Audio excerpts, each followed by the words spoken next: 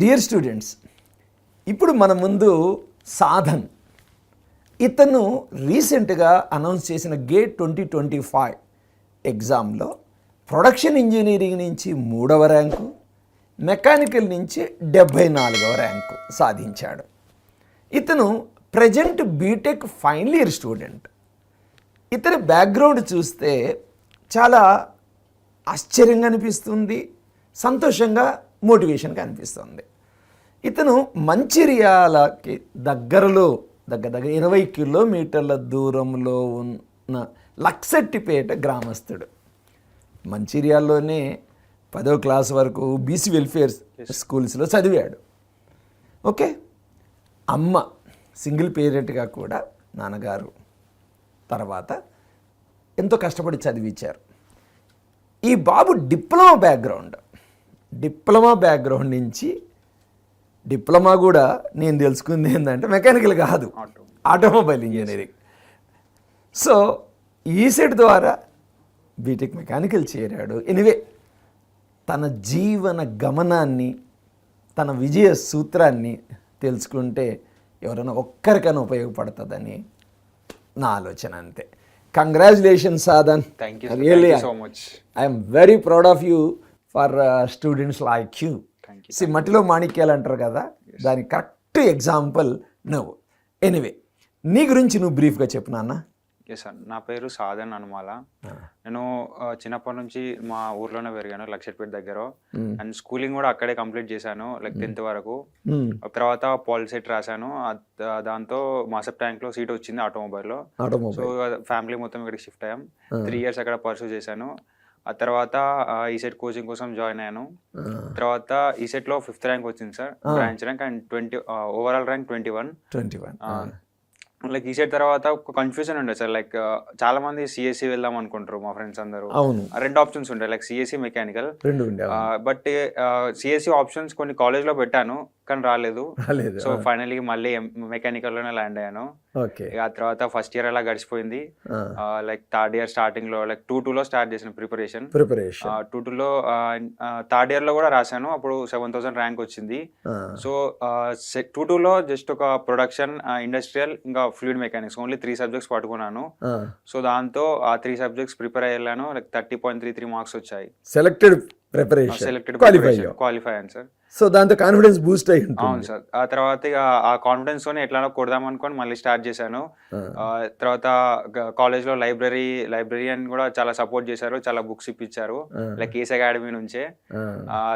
ఆ బుక్స్ వల్ల, లైక్ ఇంకా యూట్యూబ్ లెక్చరర్స్ వల్ల ప్రిపేర్ అయ్యాను. సో దాంతో 3rd year లోనే మొత్తం సిలబస్ కంప్లీట్ చేసి ఇప్పుడు ఈ ర్యాంక్ వరకు వచ్చాను సార్. ఓకే, గేట్ కి సంబంధించిన సిలబస్ మొత్తం 3rd year లోపడే to the extent possible try చేశాను. Yes sir. ఓకే, అసలు నీకు 2nd year లో గేట్ ఎగ్జామ్ అవేర్నెస్ వచ్చింది. అసలు నేను చూస్తుంటాను కదా, కొంతమంది పిల్లలకి ఎంత చెప్పు, తల బాదుకో బిడ్డ, నీ భవిష్యత్తు ఇలా ఉంటుందిరా అంటే, బీటెక్ అయిపోయాక రోడ్డు మీద పడ్డాక కానీ తెలిసి రావట్లేదు.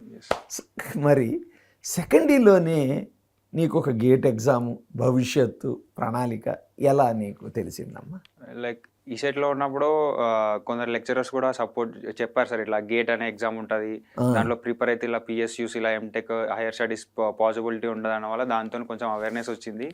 2nd year లో కొంచెం రీసెర్చ్ చేసాం యూట్యూబ్ లో, దీంట్లో మళ్ళీ మా ఫ్రెండ్స్ కూడా చాలా మంది ప్రిపేర్ అవ్వడం వల్ల ఎంకరేజ్మెంట్ వచ్చింది. సో అట్లా వచ్చాను సార్. ఓకే, ఇప్పుడు మీరు గేట్ ఎగ్జామ్లో మీకు ఇంపార్టెంట్ సబ్జెక్ట్స్ అంటే దేని మీద ఎక్కువ ఫోకస్ చేశారు మెకానికల్లో? లైక్ మెకానికల్లో most of the focused subject అంటే like production and industrial engineering sir. Weightage ఎక్కువ సార్, సిలబస్ తక్కువ ఉంటుంది, ఓన్లీ గుర్తుపెట్టుకున్న ఫార్ములాస్ ఉంటాయి. అండ్ నెక్స్ట్ వచ్చేసి లాస్ట్ ఇయర్ పేపర్ అనాలిసిస్ చూసి హీట్ ట్రాన్స్ఫర్ ఎక్కువ వస్తుంది ప్రిపేర్ అయ్యాము. బట్ ఈసారి కొంచెం చాలా తక్కువ వచ్చింది. లాస్ట్ టైం 9 మార్క్స్ దాకా వచ్చింది, ఈసారి జస్ట్ 4-5 మార్క్స్ వచ్చింది sir. Yeah, GATE exam is known for its uncertainties, అంతే కదా. So first attempt 3rd year లో 7000+ ర్యాంక్ వచ్చింది. ఇప్పుడు 74 ర్యాంక్ వచ్చింది మెకానికల్. ప్రొడక్షన్ ద్వారా 3rd ర్యాంక్ వచ్చింది. ఓకే, మరి ఏమి మార్పు నీ ప్రిపరేషన్లో చేంజ్ చేసుకున్నావు? 7000+ ర్యాంక్ క్యాండిడేట్ ఈరోజు 74వ ర్యాంక్ రావడం అంటే ఎస్ సార్. సెకండ్ ఇయర్‌లో ప్రిపరేషన్ చేసినప్పుడు చాలా స్లో అండ్ స్టడీగా ఉండేది సార్. Like very slow. అంటే టైం టైం మేనేజ్మెంట్ గానీ చాలా తక్కువ టైం ఇచ్చేవాడిని దానికి. జస్ట్ ఒక డైలీ ఒక 2 అవర్స్ అలా. ఓకే. సో ఆ టైం అనేది సరిపోలేదు. సరిపోలేదు. So third year gate exam తర్వాత 1 మంత్ గ్యాప్ తీసుకొని మళ్ళీ స్టార్ట్ చేసాము. మళ్ళీ స్టార్ట్ చేసాం ప్రిపరేషన్. అప్పుడు కొంచెం పేస్ అప్ చేసాము. ఆ తర్వాత ఎక్కువ టైం స్పెండ్ చేయడము, యూట్యూబ్ వీడియోస్ హై స్పీడ్‌లో చూడడం అలా కంప్లీట్ చేసాము. లైక్ ఆల్మోస్ట్ ఆగస్ట్ వరకు సిలబస్ కంప్లీట్ చేసాము. ఆగస్ట్ తర్వాత ఇంకా ప్రాబ్లమ్స్ చేయడము, రివైజ్ చేయడం అవే చేసుకుంటూ వచ్చాము. జనరల్గా కాలేజెస్లో క్యాంపస్ ప్లేస్మెంట్స్ ఉంటుంటాయి కదా, మీకు క్యాంపస్ ప్లేస్మెంట్స్లో ఏదన్నా సాఫ్ట్వేర్ కంపెనీ జాబ్స్ వచ్చినాయి? Yes sir. Campus placement attempt చేసాము. దాంట్లో టీసీఎస్ డిజిటల్లో సెలెక్ట్ అయ్యాము సార్. దానికోసం కొంచెం కాలేజ్ కూడా కొంచెం లైక్ ప్రోగ్రామింగ్ క్లాసెస్ ప్రొవైడ్ చేసుకోవాల్సి వస్తుంది. ఎనివే ఎప్పుడు కూడా మనం ఒక రిజర్వ్లో ఒకటి ఉండాలి, భవిష్యత్తు ఎలా ఉంటుందో తెలియదు. సో ఇప్పుడు మీకు సాఫ్ట్వేర్ జాబు టీసీఎస్ డిజిటల్ అంటే అది 7 lakh ప్లస్ కదా? 7 lakh ప్లస్ ప్యాకేజీ. సో ఇప్పుడు గేట్ ద్వారా మంచి ర్యాంక్ వచ్చింది, 74 ర్యాంక్ వచ్చింది. సో నీ భవిష్యత్తులో ఎంటెక్ ఏం చేద్దాం అనుకుంటున్నావా లేదా పబ్లిక్ సెక్టర్కి పోదాం అనుకుంటున్నావా? పబ్లిక్ సెక్టర్లో నీకు జాబ్ వస్తుంది. పబ్లిక్ సెక్టర్లో సార్, కానీ బట్ కరెంట్ నేను అనుకుంటుంది ఎంటెక్ చేద్దాం అనుకుంటున్నాను సార్. ఒక 2 years రిస్క్ తీసుకుంటే ఇంకో తర్వాత పబ్లిక్ సెక్టర్లో 15 లక్షలు 20 లక్షల ప్యాకేజ్ అంటుంటారు కదా. ఉంటాయి కానీ సార్ గ్రోత్ అనేది ఉండదు సార్. లైక్ పబ్లిక్ సెక్టర్లో మన ఏజ్ బట్టి గ్రోత్ వస్తుంది. లైక్ నువ్వు ప్రైవేట్ సెక్టర్లోకి వెళ్తే మన వర్క్ మీద డిపెండ్ అయి ఉంటుంది.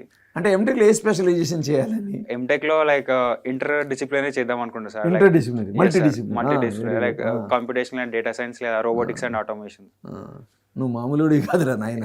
అంటే ఈ వయసులో అంటే నేను చూస్తున్నాను కదా, ఈ బీటెక్ చదివే పిల్లగాళ్ళని చూస్తున్నాను కదా, అబ్బే అస్సలు ఎంత చెప్పు నరాన ఎక్కించుకో, అసలు ఏమి ఎక్కించుకోరు అట్లున్నారు. అలాంటిది నువ్వు సెకండ్ ఇయర్లోనే అవేర్నెస్ తెచ్చుకున్నావు, నీకంటూ రీసెర్చ్ చేసావు, యూట్యూబ్లు చదువుకున్నావు, సో ఆన్లైన్ టెస్ట్ సిరీస్లు రాసినావు, లైబ్రరీలు ఇచ్చిన ఏస్ అకాడమిక్ బుక్స్ను వాడుకున్నావు. అంటే యూఆర్ ఏ సెల్ఫ్ డ్రివెన్. హానెస్ట్గా చెప్పాలి అంటే సెల్ఫ్ డ్రివెన్. సో చాలామందికి ఎందుకు మేము తెలుగులో చేస్తున్నాము అంటే, సారీ టు సే, బాధ్యత రాహిత్యం ఎక్కువ శాతం, మోర్ దాన్ 80% బాధ్యత రాహిత్యం. అంటే అమ్మ నాన్న బ్యాక్గ్రౌండ్ కష్టాన్ని ఏం పట్టించుకోరు, బలాదూరు తిరగాలి, కొత్త సినిమా మొదటి రోజే చూడాలి, చూసినవరా నాయన. నీ లైఫ్కి కూడా ఒక టార్గెట్ ఉంటుంది. అమ్మ నాన్న పడ్డ కష్టానికి కొంచెం ప్రతిఫలం చూపించాలి కదా బిడ్డ మీరు. సో ఈ బాబు చూడండి, ఎంత బ్యాక్గ్రౌండ్ నుంచి వచ్చినా కూడా చూడండి, ఫస్ట్ అటెంప్ట్ తర్వాత ఏం చేశాడు, 1 month తర్వాత మళ్ళీ ప్రిపరేషన్ స్టార్ట్ చేశాడు. బ్యాక్గ్రౌండ్ ఎంత ఫైనాన్షియల్గా కానీ ఏ విధంగా కూడా ఉన్నా కూడా మళ్ళీ వెంటనే స్టార్ట్ చేసి ఆగస్టు సిలబస్ కంప్లీట్ చేశాడు, GATE syllabus. Can you imagine? See, ఆర్థికంగా సామాజికంగా తన పరిస్థితి ఏంటో మనకు తెలిసిపోతుంది. సో దీని నుంచి నేర్చుకోవాలి. ఏదో అబ్బాయి ర్యాంక్ నేను ఏదో కమర్షియల్గా చేయాలని కాదు, ఆ బాబు నుంచి మనము ప్రేరణ పొందాలి. ఓకే. సో ఇప్పుడు మీరు ఐఐసి బెంగళూరులో కానీ ఏదో ఐఐటి బాంబేలో కానీ మంచి కోర్స్ చేయాలి, ఇంటర్ డిసిప్లినరీ. ఓకే. అంటే ఏంటి భవిష్యత్తులో ఏం కావాలనుకుంటున్నావు సార్? లైక్ సక్సెస్ఫుల్ అవ్వాలి సార్, ఏదో ఒక మంచి ప్రైవేట్ ఫామ్లో సెటిల్ అవ్వాలని. మంచి సెటిల్ అవ్వాలి, వెరీ గుడ్. అన్నిటికంటే మీ జాబ్ సాటిస్ఫాక్షన్ కూడా. ఓకే. సో ఇప్పుడు మీరు ఈ ఆన్లైన్ టెస్ట్ సిరీస్ని ఎలా ప్రిపేర్ అయ్యేవాళ్ళు? సో లైక్ ఆగస్ట్ వరకు సిలబస్ కంప్లీట్ చేశాను సార్. ఆ తర్వాత మళ్ళీ రివిజన్స్ చేశాను. తర్వాత డైలీ ప్రాక్టీస్ ప్రాబ్లమ్స్, ఇంకా టెక్స్ట్ బుక్లో ప్రాబ్లమ్స్ చేసేవాడిని. టెక్స్ట్ బుక్ ప్రాబ్లమ్స్ కొన్ని చేశాను. ఆ తర్వాత లైక్ ఆన్లైన్లో టెస్ట్ సిరీస్ తీసుకున్నాను, ఏజ్ తీసుకొని లైక్ ఫస్ట్లో ఓన్లీ సబ్జెక్ట్ వైజ్ టెస్ట్ రాసేవాడిని, లైక్ 25 మార్క్స్ ఉండేటి. ఆ తర్వాత మళ్ళీ సబ్జెక్ట్ వైజ్ రాశాను. ఆ తర్వాత లాస్ట్ 1 monthలో లాస్ట్ డిసెంబర్లో ఎగ్జామ్స్ ఉండే, సో డిసెంబర్ కొంచెం డిఫికల్ట్ అయింది. ఆ తర్వాత full length mock test start చేశాను, జనవరిలో రాశాను. లైక్ ఒక స్టెప్ వైజ్ వెళ్ళాను, ఫస్ట్ టాపిక్ వైజ్, తర్వాత సబ్జెక్ట్ వైజ్, తర్వాత ఫుల్ లెంత్ మాక్ టెస్ట్. మరి ఏదన్నా టెస్ట్ రాసేటప్పుడు మార్కులు తక్కువ వస్తే అసలు నీకు ఏమనిపించేది? సార్ కొంచెం డిస్కరేజ్మెంట్ ఫీల్ అయ్యేది. బట్ తప్పును రెక్టిఫై చేస్తుంటే అర్థమయ్యేది సార్, ఎక్కడ తప్పు చేసాము, ఎట్లా ఏది కరెక్ట్ చేయాలి. లైక్ అంటే కొన్ని సిల్లీ మిస్టేక్స్ కూడా అయినాయి సార్, లైక్ క్యాలిక్యులేషన్ మిస్టేక్స్ కానీ, మొత్తం క్వశ్చన్ని చదవకపోవడం వల్ల కొన్ని మిస్టేక్స్ అయ్యాయి. సో టెస్ట్ సిరీస్ వల్ల చాలా ఇంప్రూవ్ అయింది సార్. అదే మా ఫ్రెండ్ ఒక ఆయన అంటాడు, మట్టి ముద్దలా ఉండకూడదు, నేలకేసి కొడితే ఆడేబడి ఉంటుంది, రబ్బరు బంతిలా ఉండాలి, కొడితే ఎగిరి మీద పడాలి మళ్ళీ. సో జీవితంలో తప్పులు జరుగుతూ ఉంటాయి, మిస్టేక్లు జరుగుతుంటాయి, ఆ మిస్టేక్ నుంచి నేర్చుకోవాలి. సో ఎగ్జామ్లో ఎప్పుడైనా తక్కువ మార్కులు వచ్చినా కూడా తను దిగాలు చెందకుండా, డిస్కరేజ్ అవ్వకుండా, so he try to recover. Very good. So ఇప్పుడు మీరు రూరల్ బ్యాక్గ్రౌండ్ నుంచి వచ్చారు, ఆర్థికంగా సామాజికంగా కూడా ఐ కెన్ సే వెనుకబడ్డే వాళ్ళే అనుకోవచ్చు. సో ఎక్కువ శాతం మంది ఇలా ఉంటారు, వాళ్ళకి నువ్వు ఇచ్చే సలహా ఏంటి? సో లైక్ ప్రిపరేషన్ మీద కెరియర్ మీద ఫోకస్ చేసి చదువుకోవడం బెటర్ సార్. లైక్ మంచి ఫ్యూచర్ కోసం ఇలాంటి ఎగ్జామ్స్ ప్రిపేర్ అయ్యి ఒక బెటర్ ఫ్యామిలీకి ఒక మంచి ఫైనాన్షియల్ కండిషన్ ఇవ్వడం ఒక సాటిస్ఫాక్షన్. అవకాశం దొరికితే కాలేజ్ గోడ దూకిపోయి సినిమా చూడాలా? చెప్తున్నా, ఇలాంటి వాళ్ళు కూడా ఎట్లున్నారంటే ఆడికి అరటి తొక్కవలసి నోట్లో పెట్టినాక కూడా మన పిచ్చోళ్ళు లెక్క చూస్తాడు. ఈ బాబుని చూసి నేర్చుకోండి, నేను కూడా నేర్చుకుంటున్నా. బాధ్యత, తన పట్ల తనకు బాధ్యత, మన కష్టానికి బాధ్యత, సమాజానికి బాధ్యత. సో ఈ బాబు నుంచి నిజంగా నాకు ఎంత బాగా అనిపించిందంటే, సరే ఒక రూరల్ బ్యాక్గ్రౌండ్, నీకు డిప్లొమా కదా, మ్యాథ్స్ కూడా వీక్ ఉంటావు కదా, ఎట్లా కవర్ చేసుకున్నావు? లైక్ ఎక్కువ ప్రాక్టీస్ చేసి కవర్ చేసుకున్నాను సార్. మళ్ళీ ఈసారి పేపర్ కూడా అంత డిఫికల్ట్ ఏం రాలేదు, కొంచెం ఈజీ అయింది. మ్యాథ్స్ వేరే టెక్స్ట్ బుక్ ప్రాబ్లమ్స్ కూడా ప్రాక్టీస్ చేశాను, సో అది కొంచెం యూజ్ అయింది. సార్లు మంచి చెప్తలేరు, అది చెప్తలేరు, ఇట్లా ఏమైనా అనుకుంటావా, లేదు నీకే నువ్వు కష్టపడడానికి ప్రయత్నం చేసినావు? లెక్చర్స్ కూడా బాగానే చెప్తారు, నేను కూడా కొంచెం కష్టపడి. Very good. ఓకే. సో ఇప్పుడు మీరు భవిష్యత్తులో మంచి పొజిషన్లో ఉండాలి అనుకుంటున్నారు. సో మీ స్టూడెంట్కి, అంటే మీ జూనియర్స్కి నువ్వు ఇచ్చే సలహా ఏంటమ్మా? ప్రిపరేషన్ మీద ఫోకస్ చేసి, లైక్ రిజల్ట్ ఏమొస్తో ఆశించకుండా ప్రిపరేషన్ మీద ఎక్కువ ఫోకస్ చేసి, తొందర సిలబస్ కంప్లీట్ చేసుకొని revision is important. Gate previous year questions అంటాం కదా, PYQs, ఎన్నిసార్లు రివిజన్ చేసి ఉంటారు? 2 times చేసాను. 2 times చేసాను ప్రీవియస్ క్వశ్చన్. లైక్ థర్డ్ ఇయర్లో ఒకసారి, ఫోర్త్ ఇయర్లో ఒకసారి 2 times రివిజన్ చేశాను.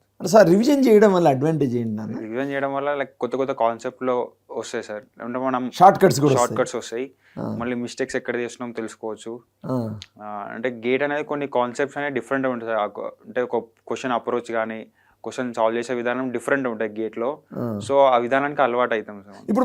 ఇప్పుడు బీటెక్ ఉంటుంది, బీటెక్లో మన ఎగ్జామ్స్ ఉంటాయి, రొటీన్ ఎగ్జామ్స్, మిడ్ ఎగ్జామ్స్ అనుకోండి, ఎండ్ సెమిస్టర్ ఎగ్జామ్స్ అనుకోండి. ఆ క్వశ్చన్లకి గేట్ ఎగ్జామ్స్కి డిఫరెన్స్ ఏంటి నీ దృష్టిలో? ఎస్, ఇప్పుడు మనం లైక్ సెమిస్టర్ ఎగ్జామ్ చూసుకుంటే ఒకటి ప్రొసీజర్ లైక్ ఉంటుంది సార్, లైక్ ఈ స్టెప్ తర్వాత ఈ స్టెప్ చేయాలి, ఒక ప్రొసీజర్ ఓరియంటెడ్ ఉంటుంది. దానికి అంత ఆలోచించాల్సిన అవసరం ఉండదు, జస్ట్ ఫార్ములా గుర్తుంటే ఫార్ములా చేసుకుంటే సాల్వ్ చేసుకోవచ్చు. బట్ గేట్ అనేది కొంచెం యాప్టిట్యూడ్ కావాలి సార్, అంటే లైక్ క్వశ్చన్ లెంత్ అనేది తక్కువనే ఉంటుంది, ఒక 2-3 స్టెప్స్లోనే వస్తుంది. బట్ ఆ ఫార్ములా ఎక్కడ అప్లై అవుతుంది అది లైక్ క్వశ్చన్లో కొంచెం తికమాకి ఇస్తాడు, deep down concepts, application correct అర్థం చేసుకుంటే ఈజీగా అయిపోతుంది ప్రాబ్లం. Very good Sadhan. నాకైతే ఈ మధ్యకాలం చేసిన ఇంటర్వ్యూస్లో నీ ఇంటర్వ్యూ అంటే నిన్ను చూస్తే నాకు చాలా సంతోషమైంది బేట. సో కన్వే మై రిగార్డ్స్, అమ్మగారికి నమస్కారాలు చెప్పు. సో భవిష్యత్తులో నువ్వు మన తెలంగాణకి, మంచిర్యాలకి మంచి పేరు తేవాలి. Okay, thank you.